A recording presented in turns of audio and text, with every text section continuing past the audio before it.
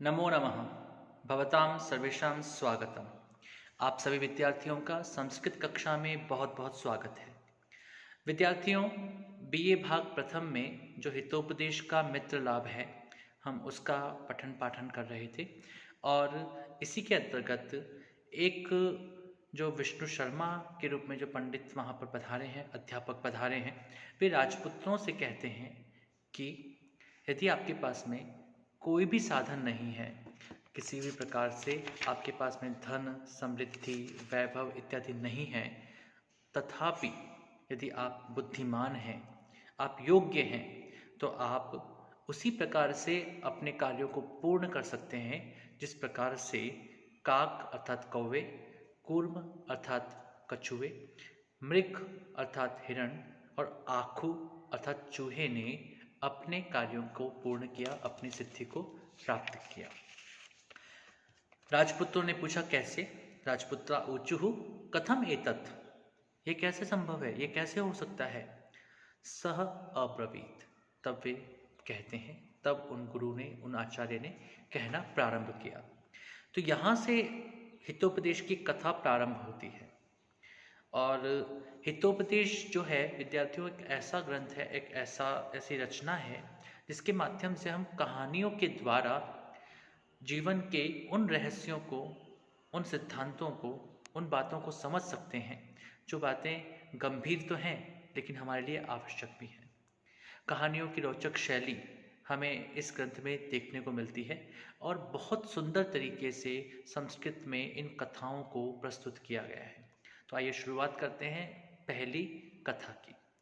एक बात और कहना चाहूँगा आप सभी को कि जो संस्कृत का जो यह ग्रंथ है, हितोपदेश मित्र लाभ का जो ये भाग हम यहाँ पर पढ़ रहे हैं, इसमें आपको विशेष एक बात देखने को मिलेगी कि यहाँ पर मित्र लाभ अर्थात मित्र की प्राप्ति कैसे की जाती है, मित्र कैसे बनाना चाहिए, मित्र के क्या गुण होते हैं, उन सब बातों को यहाँ पर स्पष्टता के साथ में रखने का प्रयास किया जाएगा। इसीलिए इस भाग का नाम है मित्र लाभ। तो कहानी को प्रारंभ करते हैं। कहानी कुछ इस प्रकार से है। पहले मैं संस्कृत का पाठ करूंगा और फिर उसके बाद में आपको इसका हिंदी अनुवाद बताऊंगा। अस्ति गोदावरी तीरे विशालः शाल्मली तरुः। बहुत ही सामान्य सा वाक्य है। अस्ति है गोदावरी तीरे, गोदावरी के तीर अर्थात किनारे पर, विशालः विशाल, शाल्मली तरुः शाल्मली का वृक्ष, तत्र नाना दिक् देशात् आगत्य रात्रौ पक्षिणः निवसन्ति। तत्र वहाँ पर नाना दिक्, नाना अनेक दिक् दिशाओं, देश स्थानों से, आगत्य आकर के, रात्रौ रात्रि में, पक्षिणः पक्षी, निवसन्ति निवास करते हैं।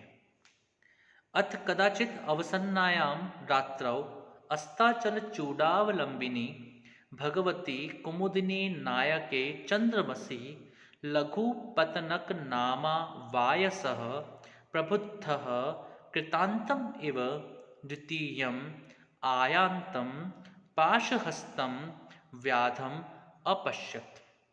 अथ उसके पश्चात, कदाचित किसी समय, अवसन्नायाम समाप्त होती हुई, रात्रौ रात्रि में, अस्ताचल चूडावलंबिनी जब अस्ताचल को प्राप्त कर चुका था, क्या अस्ताचल के शिखर पर आश्रय ग्रहण कर चुका था, उस समय पर चंद्रमसी अर्थात चंद्रमा, भगवती कुमुदिनी नायके, इसी चंद्रमा के विशेषण के रूप में आया है जो कुमुदिनी का नायक है। कुमुदिनी तब खिलती है जब चंद्रमा उदित होता है, अर्थात रात्रि में कुमुदिनी खिलती है। तो इसलिए कुमुदिनी का नायक है, कुमुदिनी के नायक के रूप में चंद्रमा को यहाँ पर बताया गया।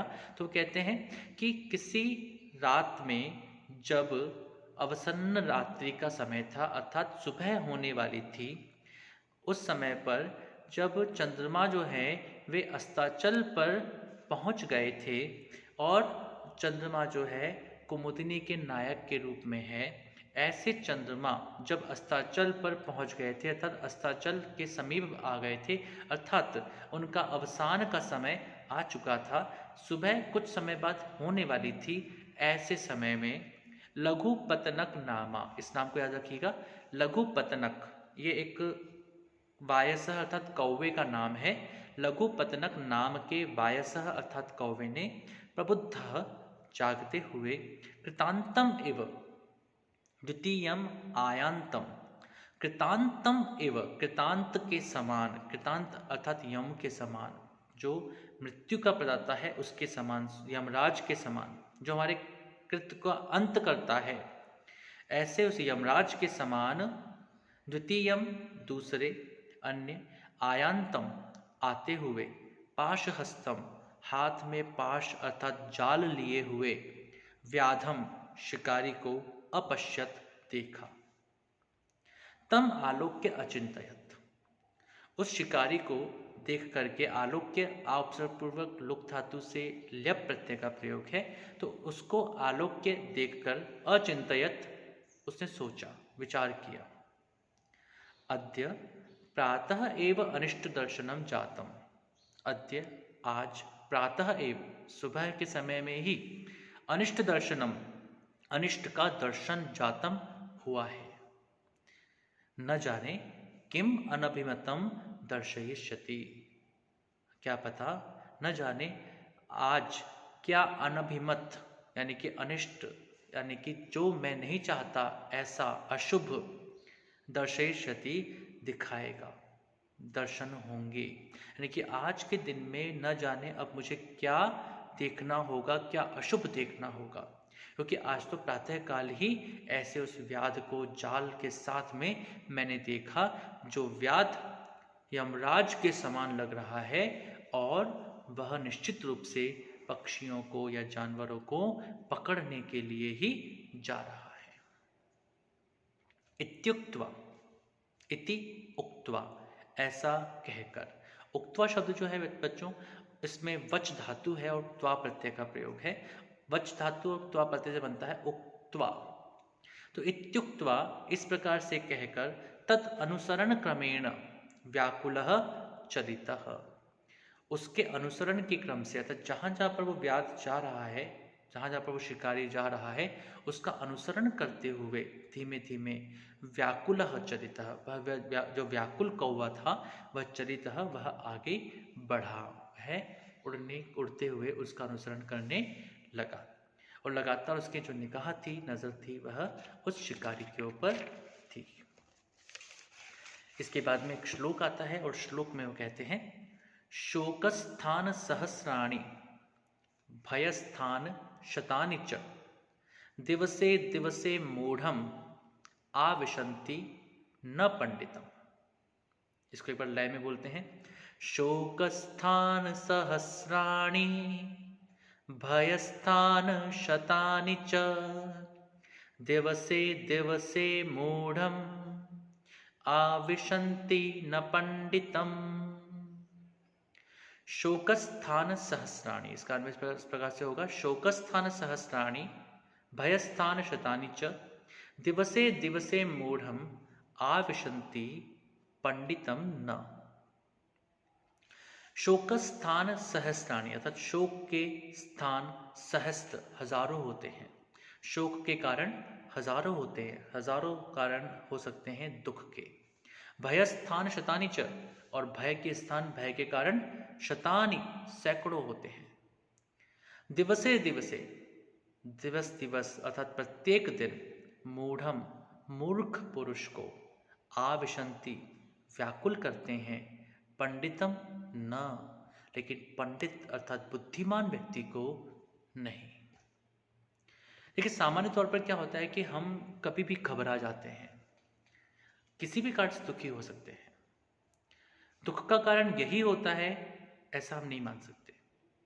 आप देखते हैं कि कई बार ऐसे लोग होते हैं जो बड़े बड़े दुखों में भी अपने आप को धैर्य के साथ आगे बढ़ने का प्रयास करते हैं, लेकिन कई लोग ऐसे होते हैं जो बड़े छोटे छोटे दुख से ही दुखी होकर के परेशान हो जाते हैं। कई लोग बड़े बड़े भय के सामने भी अडिग होकर के अपना वर्चस्व, अपनी शक्ति का परिचय देते हैं, और कई लोग ऐसे होते हैं जो छोटे छोटे भय से भी डर जाते हैं, घबरा जाते हैं, पीछे हट जाते हैं। तो यहाँ पर भय के स्थान उन लोगों के लिए जो कि कमज़ोर हैं, जो कि थोड़े कम योग्य हैं, बुद्धिमान कम हैं, ऐसे लोगों के लिए सैकड़ों भयों के स्थान है। वे कहीं पर भी भयभीत हो सकते हैं और दुख करने के लिए उनके में हजारों स्थान होंगे, हजारों कारण होंगे। लेकिन जो वास्तविक पंडित है, वास्तविक योग्य व्यक्तित्व है, वास्तविक विद्वत जन है, वह विद्वत जन कभी भी इस तरह के भय स्थानों से, इस तरह के शोक स्थानों से घबराता नहीं है, दुखी नहीं होता। उसे पता है कि उसे क्या करना है और उसी के लिए वह आगे बढ़ता है। महाभारत में हमने देखा था कि जो अर्जुन है वह विषादग्रस्त होता है, लेकिन श्री कृष्ण विषादग्रस्त नहीं होते। और जब श्री कृष्ण अर्जुन को उसकी शक्ति, उसकी योग्यता, उसके दायित्व का बोध कराते हैं, तो वह अर्जुन भी उस पूरे युद्ध के अंदर अपने रण कौशल का परिचय प्रदान करता है। हमें इसी प्रकार का बनना है। हमारा प्रयास ये होना चाहिए कि हम भयों से भयभीत नहीं हो, बल्कि भयों के सामने अडिग होकर के अपने कार्यों के लिए सुचारू रूप से कार्य करते रहें। हमें यह प्रयास करना है कि हम दुख से दुखी ना हों, अपितु उस दुख के सामने भी अपने अचलता का, अडिगता का परिचय प्रदान करें। और यही बात यहाँ पर वह कहते हैं। लघुपतनक नाम का जो कौवा है, वह कौवा चाहे तो उसी पेड़ पर बैठा बैठा दुखी हो सकता था, उसी पेड़ पर बैठा बैठा भयभीत हो सकता था, लेकिन लघुपतनक ने ऐसा नहीं किया, बल्कि लघुपतनक आगे बढ़ा और उसने देखा कि वह व्याध किस ओर जा रहा है, मैं इसका पीछा करता हूं, क्या पता मैं किसी के लिए कुछ कर सकूं। तो यहाँ पर हमने ये तीसरा श्लोक पढ़ा। अब इसके आगे का जो अध्ययन है वह हम अगले पाठ में करेंगे। इन कथाओं में बड़ा रस है, बड़ा आनंद है, और कथाओं को सुन करके, कथाओं को जान करके, कथाओं को पढ़ करके हमें बहुत सी ऐसी बातों की जानकारी मिलती है जो हमारे जीवन के लिए उपयोगी है। अवश्य पढ़ते रहें। हम फिर मिलते हैं। नमो नमः। शुभम भवतु। पुनर्मिलामः।